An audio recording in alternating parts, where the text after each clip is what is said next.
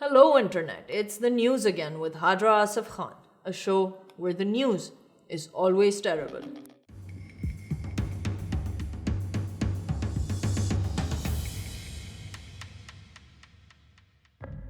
In an ironic turn of events, Osama bin Laden is making America great again and affecting Biden's approval ratings with young Americans. Anthony Blinken reflects on all his life choices that brought him to endure this moment at the Xi-Biden summit in San Francisco. And while we're on the subject of San Francisco Silicon Valley, Sam Altman was fired by the board of directors of OpenAI, resulting in a lot of melodrama. There's enough drama in this to last a whole Netflix season. And speaking of tech bros and drama, American director Darren Aronofsky is aiming to direct Elon Musk's biopic. The man behind the movie that emotionally scarred every millennial everywhere in the world is on the lookout for the best fit to play the eccentric billionaire. Personally though, I'm putting my weight behind this YouTube comment's wisdom. They really should let him play himself for the good of humanity and for the American dream.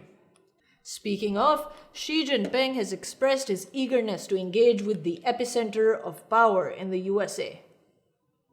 No, not that one. Bingo. All those people standing up to applaud the Chinese premier are some of the biggest business leaders in the US. The real epicenter of power. The lifeblood of America's dollar bills. These are some of the most influential people in the world and not just the US. And their excitement at seeing Xi has just put the Secretary of Commerce in a state of perpetual startlement. Not at the clapping so much, but at the source of the applause. And just look at Xi's face. Just look at that man. Such pure bliss and contentment.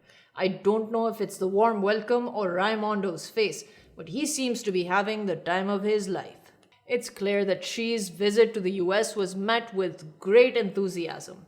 In fact, such great enthusiasm that it cost $40,000. Yep, that's exactly what business leaders paid for a seat at Xi's table at an after-summit dinner event. The US and China have been at loggerheads over everything under the face of the sun. From microchips to the COVID whodunit to Nancy Pelosi's travel itinerary or that fateful balloon encounter in February. However, the Chinese government has been reluctant to admit competition with the USA. Analysts at large believe that the US's star is dimming and that despite having enormous residual power over world affairs, the US's current position in amassing influence is less than ideal. What with the number of failed or failing proxies and a head of state whose diplomatic finesse leaves everything to be desired. Just look at the way every atom in Blinken's body cringes at how Biden handles the press at the summit. And I don't even know how to segue this in, but OBL has taken a dig at Biden's approval ratings from beyond the grave, or the bottom of the sea, or wait.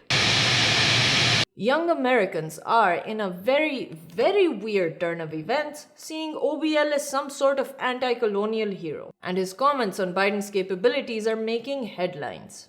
He said in a letter to the people, which many platforms have now removed from their websites, including The Guardian, said that his operatives in the region were tasked to carry out attacks on Obama and Petraeus' aircrafts, but were not to target Biden.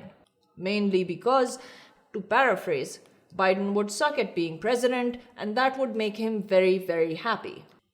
But really, if OBL has become an opinion leader in the free world decades after his death, saying the US's star is on the decline doesn't seem like too much of a stretch. And the fact that this all took off from a Chinese social media app is just innocent happenstance. That's it for now. Tune in next week to see what's making the news again.